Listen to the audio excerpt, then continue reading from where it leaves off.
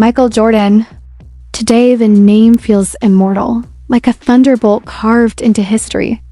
But long before the world worshipped him, before the six rings, before the Jumpman, before the sold-out arenas and billion-dollar empire, his story began in a far quieter place. Not with glory, not with fame, but with pain. Because every legend is first shaped by a moment the world tries to break them. And Michael Jordan's first chapter is not about victory. It is about rejection, heartbreak, and the making of a fire so intense that it changed the planet. Michael Jeffrey Jordan was born on February 17, 1963. In Wilmington, North Carolina, inside a small home held together by hard work and love. His father, James Jordan, broke his back in long shifts as a mechanic and factory supervisor, coming home with grease on his hands but warmth in his voice. His mother, Dolores Jordan, balanced her job at the bank while raising 5 children with discipline sharper than any coach he would meet in the future. Their home wasn't rich. There were no privileges. Everything had to be earned. Respect, responsibility, character.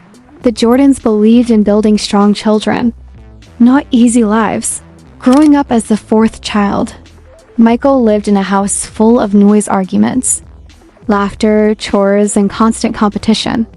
But the person who pushed him the most wasn't his father. It was his older brother, Larry Jordan. Larry wasn't tall, but he was strong, quick, and unbelievably competitive. He beat Michael in everything one-on-one games, races to the driveway, jumps in the backyard, you name it.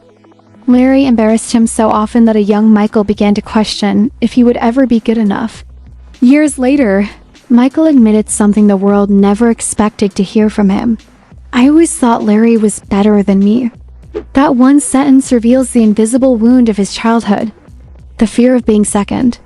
The fear of being overlooked. The fear of not being enough. James Jordan noticed it. Instead of soothing Michael's insecurities, he toughened him.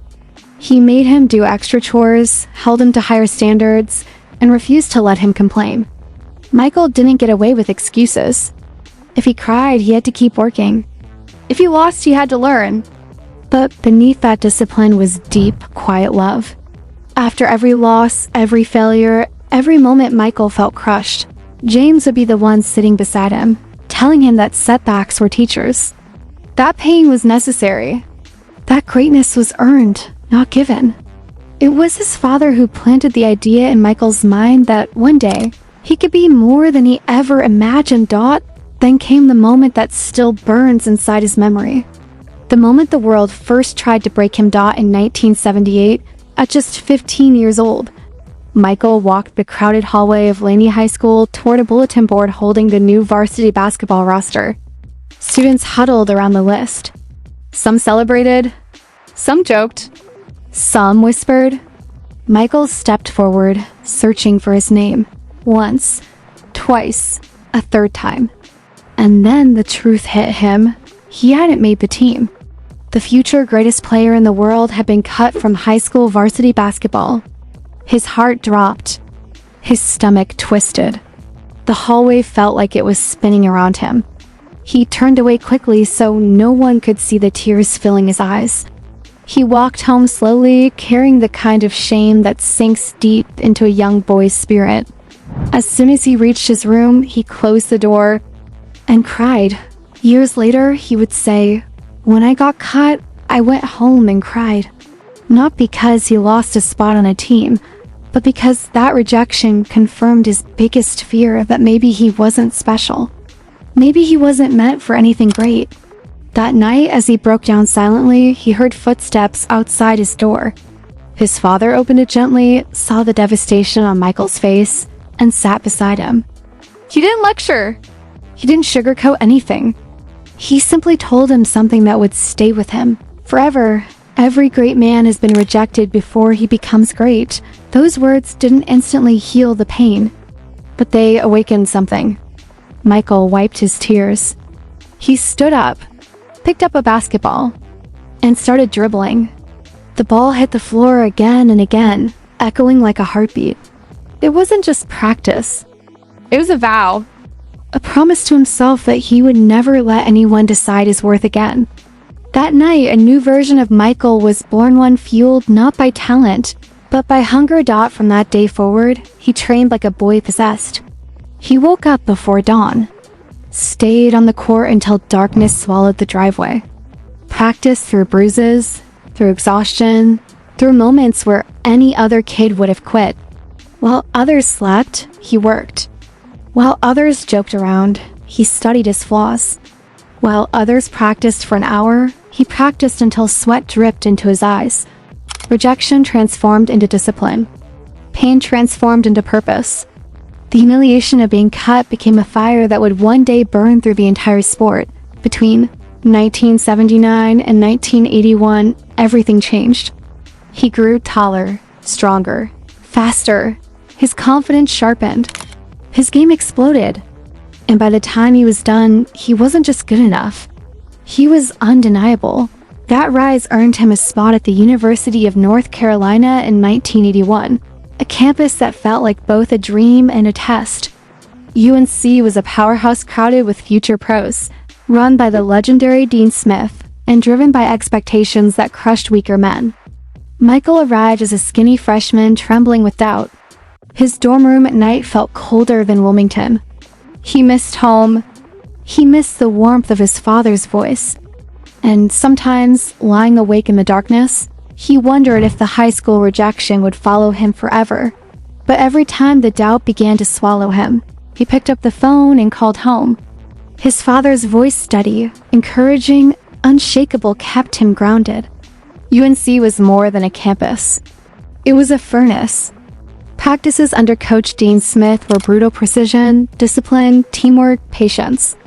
Michael wanted to dominate instantly, but Smith slowed him down, taught him to think before he leaped, to control his fire, to wait for the right moment. Most days, Michael walked out of practice frustrated, feeling invisible, like the same voice staring at a varsity list without his name. But he kept going, because deep inside, beneath the insecurity, beneath the doubt, was a quiet belief planted by his parents that he was meant for something more. That belief met destiny on March 29, 1982. The NCAA championship game. UNC versus Georgetown. The country watching. Pressure thick enough to crack anyone. The ball swung to Michael Jordan. Freshman. Unknown. Unproven. But in that second, the entire stadium fell into silence. Time slowed. The lights dimmed, and he rose for the shot. The ball left his fingers like it belonged to the universe itself. Swish. The shot went in. UNC won the national title. The stadium erupted. Dean Smith smiled. His teammates screamed in disbelief. But the biggest explosion was happening inside the young freshman, who just realized something he never dared to admit before. He could be great. Years later, he said, "That shot gave me the confidence to be Michael Jordan." Everything changed after that. His reputation, his swagger, his belief in himself. Scouts started following him everywhere. Reporters wrote his name with excitement. And the world slowly began turning toward him. In June 1984, the Chicago Bulls drafted him 3rd overall. Not first. Not second. 3rd, another small insult. Another drop of fuel into the fire inside him. He signed a 7-year, $6 million contract, stepped into the NBA with a young face and hungry eyes, and carried with him every lesson he had learned in the furnace of UNC and the battlefield of his childhood. He wasn't just a rookie. He was a storm gathering strength, a force about to rewrite what basketball could be. But what no one knew, not the fans, not the reporters, not even Michael himself, was that life was about to push him into the brightest triumphs and the darkest tragedies.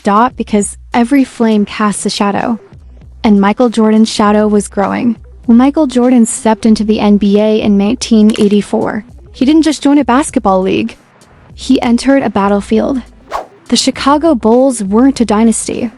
They weren't even competitive. They were a struggling franchise with empty seats, no identity, and no culture of winning. But in that chaos, Jordan found exactly what he needed: a blank canvas waiting for someone bold enough to rewrite its entire history. From the moment he played his first game, everything changed. The way he leaped, the way he attacked the rim, the way he seemed to pause gravity for just a second before coming down it. Left crowds stunned. Broadcasters scrambled for new words.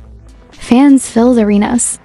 Opponents stared at him like they were witnessing something the sport wasn't prepared for. Michael Jordan didn't need time to adjust to the NBA. The NBA needed time to adjust to him. But even brilliance has obstacles.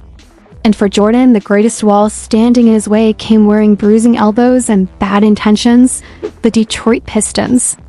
They were physical, merciless, ruthless, and determined to break him. Literally, they created the infamous Jordan rules: hit him if he jumps, knock him if he drives, punish him if he breathes. Every time he went airborne, someone tried to drag him down. Every time he attacked, someone threw their body at him. The Pistons didn't just want to stop Jordan. They wanted to destroy him, and for years, they did. Detroit sent the Bulls home from the playoffs again and again. Each loss was another scar, another sleepless night, another reminder that talent alone wasn't enough. Jordan was brilliant, but the Pistons were brutal. Every defeat carved something deeper inside him. Hunger that no trophy could satisfy. After losing for the third straight year, Jordan made a decision that would change everything. He didn't complain. He didn't retaliate. He didn't beg the referee for calls. He went to the gym every morning before sunrise. Every night long after teammates left. He lifted until his arms shook. Ran until his lungs burned. Worked until the sound of clanging weights became the soundtrack of his summer. He transformed his body. He strengthened his mind. He rebuilt himself into something the Pistons couldn't bully. By the start of the 1990-91 season, he wasn't just a star. He was a weapon. When the Bulls finally faced Detroit again, the energy felt different. Jordan wasn't flinching. He wasn't complaining. He wasn't falling for their traps. He moved through them with a calm, controlled fury, another level of greatness even he hadn't shown before. The Bulls swept the Pistons, sending the bad boys packing. Detroit left the floor without shaking hands, but Jordan didn't need their respect. He had something better. Victory. In the 1991 NBA Finals, he faced Magic Johnson and the Los Angeles Lakers. Magic, the face of the league, the king of Showtime, the icon Jordan had once idolized, stood on the other side. The world expected a battle. Instead, they witnessed a coronation. Jordan soared above defenders, twisted midair, redefined what a layup could look like, and dominated the series so completely that the torch didn't just pass to him. It was taken. The Bulls won their first championship. Michael Jordan collapsed on the floor in the locker room afterward, clutching the trophy, crying tears that tasted like relief, redemption, and the ghost of every backyard battle he ever lost to Larry. It wasn't just a win. It was a transformation. The boy who once felt invisible was now the center of the basketball universe. But glory doesn't pause. And dynasties don't build themselves. In 1992, the Bulls repeated as champions. Jordan followed it with an Olympic gold medal as part of the Dream Team. A squad so legendary that every practice felt like a battle of gods. His fame exploded. Kids across the world wore his jersey. His sneakers, Air Jordans, became a cultural revolution. Lines circling blocks for a chance to own a piece of him. Then came 1993, another championship. A three-peat. By 30 years old, he wasn't just the best player in the league. He was a global force, but while the world saw the rings, the posters, the commercials, the applause, something darker was brewing quietly behind the scenes. Something that would break him in a way no defender ever could. Michael Jordan adored one thing above all: his father. James Jordan was at every game, recording every moment on a handheld camcorder, smiling proudly in the stands. He was the man who taught Michael how to dream, how to fight, how to believe. He wasn't just a father. He was Michael's anchor. And in the summer of 1993, that anchor was ripped away. James Jordan was driving through North Carolina when he pulled over to rest.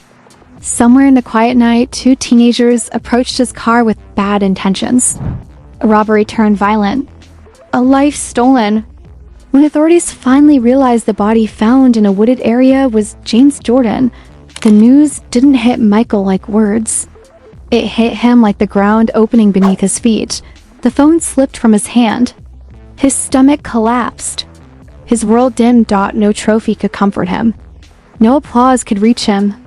The greatest player in the world stood helpless, holding a grief bigger than any opponent he had ever faced.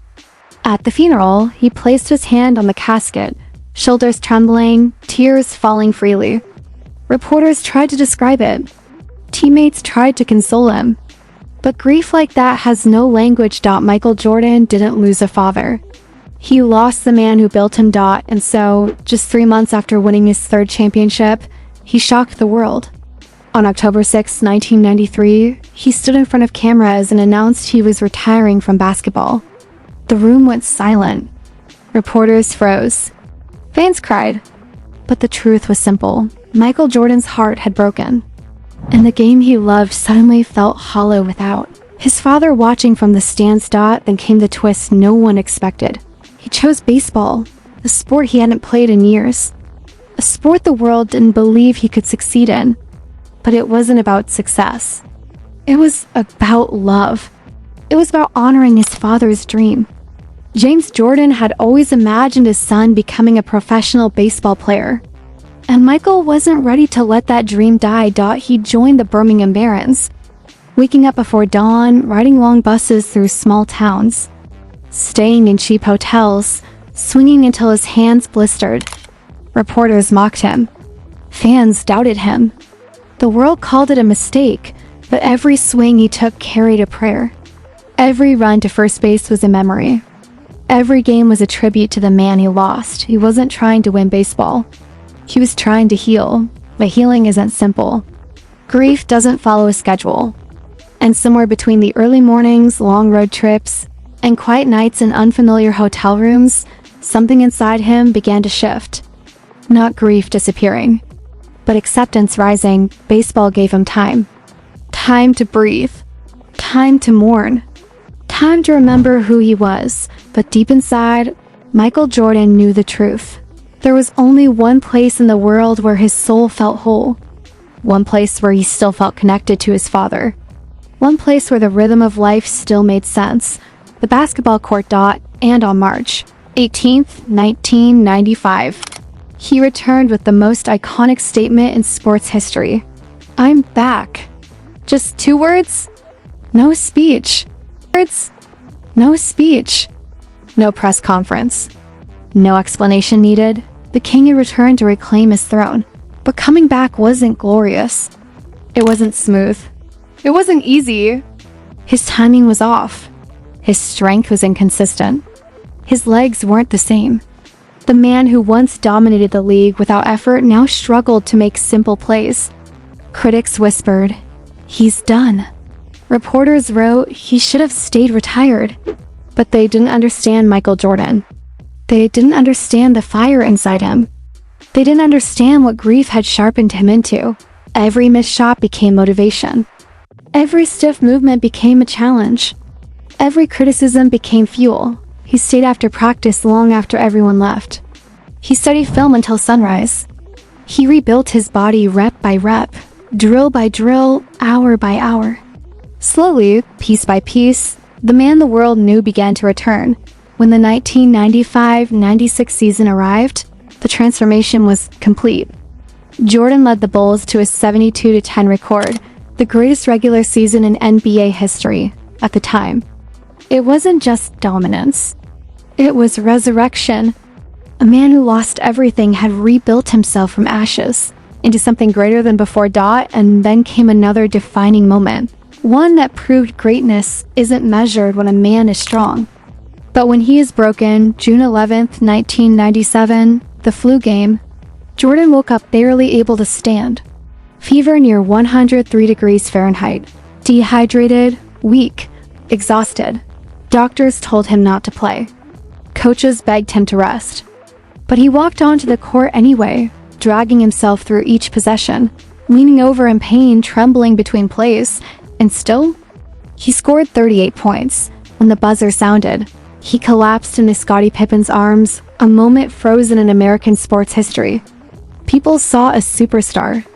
They saw a god. But what they really witnessed was a man refusing to surrender to anything not illness. Not pain, not grief, not fate. By 1998, the Bulls dynasty was cracking. The front office was falling apart. Teammates were aging. Coaches were leaving. The end was near, and Jordan knew it. But he also knew something else. Legends do not wait for perfect moments. They create them. Game 6, 1998 NBA Finals. The score tied. Time slipping away. Michael dribbled right. Crossed left. Step back. Released the ball. The world held its breath. Swish. The last shot. His 6th championship. The end of the Bulls dynasty. A masterpiece that sealed his place as the greatest of all time. But his journey wasn't ending. Not yet. The deepest heartbreaks and biggest lessons of his life were still waiting in the years ahead. When Michael Jordan hit that last shot in 1998, the world thought his story was complete. 6 championships, 6 finals MVPs, 2 three-peats. The greatest basketball dynasty ever built. It felt like the perfect ending. But life is never that simple. And Jordan's life after basketball reveals something far deeper than athletic greatness. Because the next chapters of his journey weren't about dunks or trophies. They were about heartbreak, healing, love, loss, and the quiet search for peace after a lifetime of being the planet's brightest flame. For most of his career, the world saw Michael Jordan as unbeatable. But behind the scenes, he was facing a different struggle. A struggle no camera could capture. While millions cheered him, his marriage to Juanita Vinoy was slowly breaking under the weight of fame, pressure, and distance. They had married in 1989, long before the world crowned Michael a king. Their early life together was filled with soft moments, dinners in dim restaurants, whispered dreams, long drives home after games, and 3 beautiful children, Jeffrey, Marcus, and Jasmine. Their house echoed with laughter, toys on the floor, little footsteps running through hallways lined with championship rings. For a while, it felt like a fairy tale, but fairy tales don't survive when the world refuses to give you privacy. As Michael's fame exploded, so did the demands on his time. Games, road trips, sponsorships, interviews, media storms, endless pressure. Juanita found herself raising their children mostly alone, protecting their home while the world dissected their marriage through rumors, assumptions, and headlines. It wasn't scandals that broke them. It was exhaustion, the slow erosion of intimacy, the ache of being apart too often, the quiet realization that they were drifting in different directions. Michael later admitted something painfully honest. "I wish I'd been home more." By the early 2000s, their marriage was a house with cracked walls, still standing, but filled with echoes of what once was. They tried to fix it, tried to rebuild what fame had stolen, but some fractures run too deep. In 2002, Juanita filed for divorce. Not out of anger, but out of acceptance. After 13 years of marriage, they separated in one of the biggest divorce settlements in American history. But what the public never understood is this: the money wasn't the story. The real story was Michael Jordan stepping out of the courthouse, realizing that for all his rings, his awards, his empire, he had just lost the one thing he couldn't replace: a home. Yet, even in heartbreak, there was dignity. There were no public fights, no interviews, no bitterness. They co-parented with respect, raising their children together with quiet grace. And over time, the pain softened into gratitude for the years they had shared. Life moved on, but the wounds, though healed, left their marks. And then, when Michael least expected it, love returned. Her name was Yvette Prieto. She didn't fall in love with the legend. She fell in love with the man. Their connection wasn't explosive like young relationships.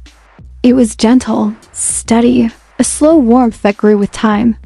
Michael, now older and wiser, approached love differently. More carefully, more thoughtfully, more aware of how fragile the heart becomes with age. They talked about their pasts, their fears, their hopes. They laughed. They built trust brick by brick.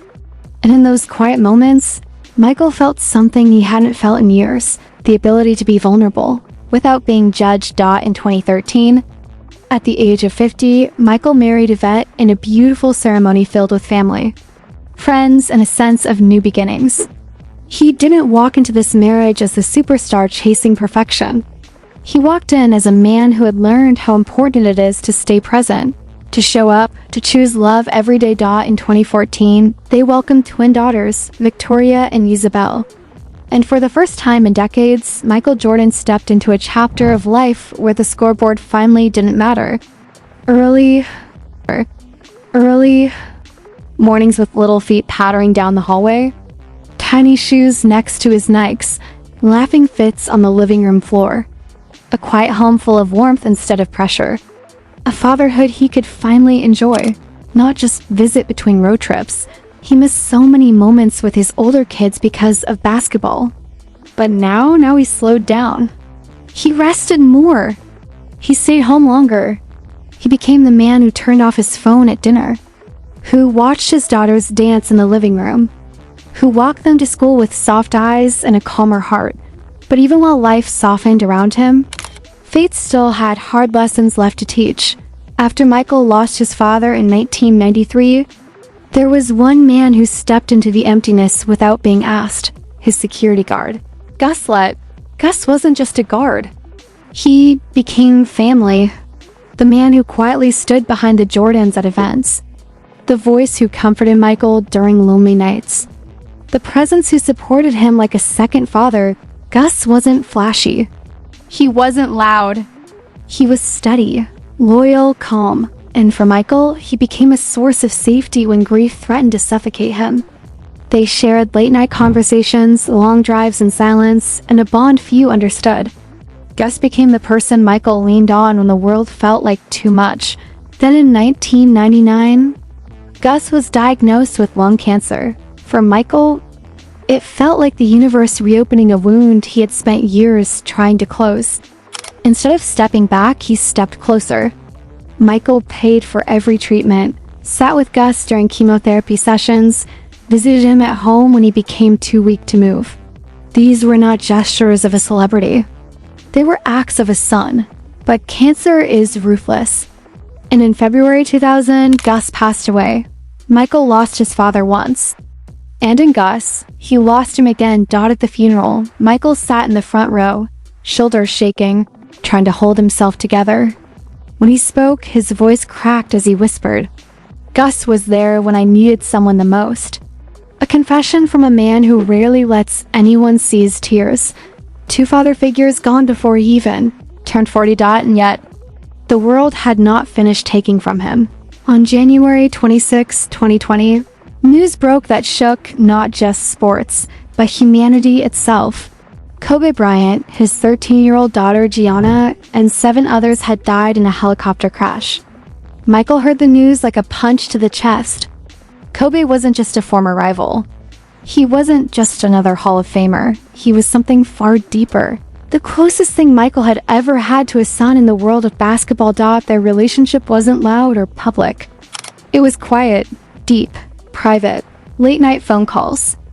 Endless questions from a young Kobe who studied Michael obsessively. Advice, mentorship, respect, and eventually love. A bond built not on rivalry, but on reflection. Michael once said, "Kobe was like my little brother." And Kobe, proudly and openly, called him a mentor, a blueprint, a guide. When Michael walked onto the stage at Kobe's memorial service on February 24th, 2020, the world saw something it had never seen before. The greatest player alive crying so hard he could barely speak. He wiped tears with shaking hands. His voice broke. The crowd went silent. "When Kobe died," he said softly, "a piece of me died." It wasn't a line. It wasn't a performance. It was raw truth. Michael Jordan had lost his father.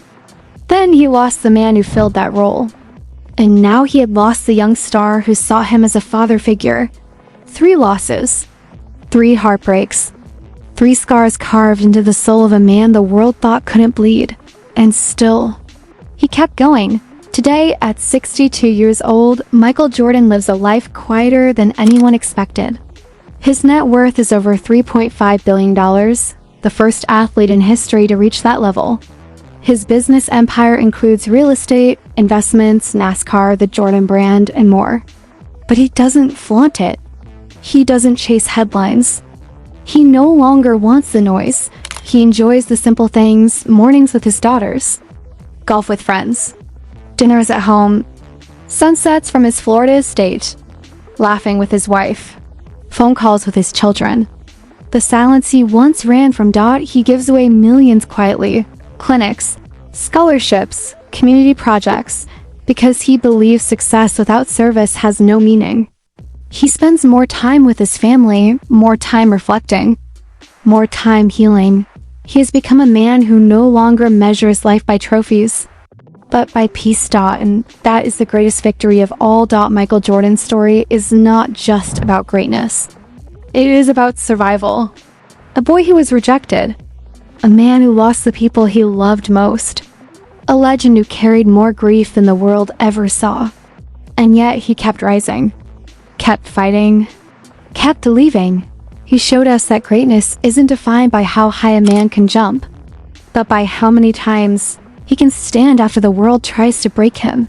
From the boy who cried in his bedroom after being cut from the varsity team, to the man who inspired a generation to dream bigger than their fears, Michael Jordan's life is proof that destiny is built, not given. And in the quiet corners of his home today, surrounded by a family he loves, he has finally found something he chased his entire life. Not fame, not perfection, not victory, but peace. But peace?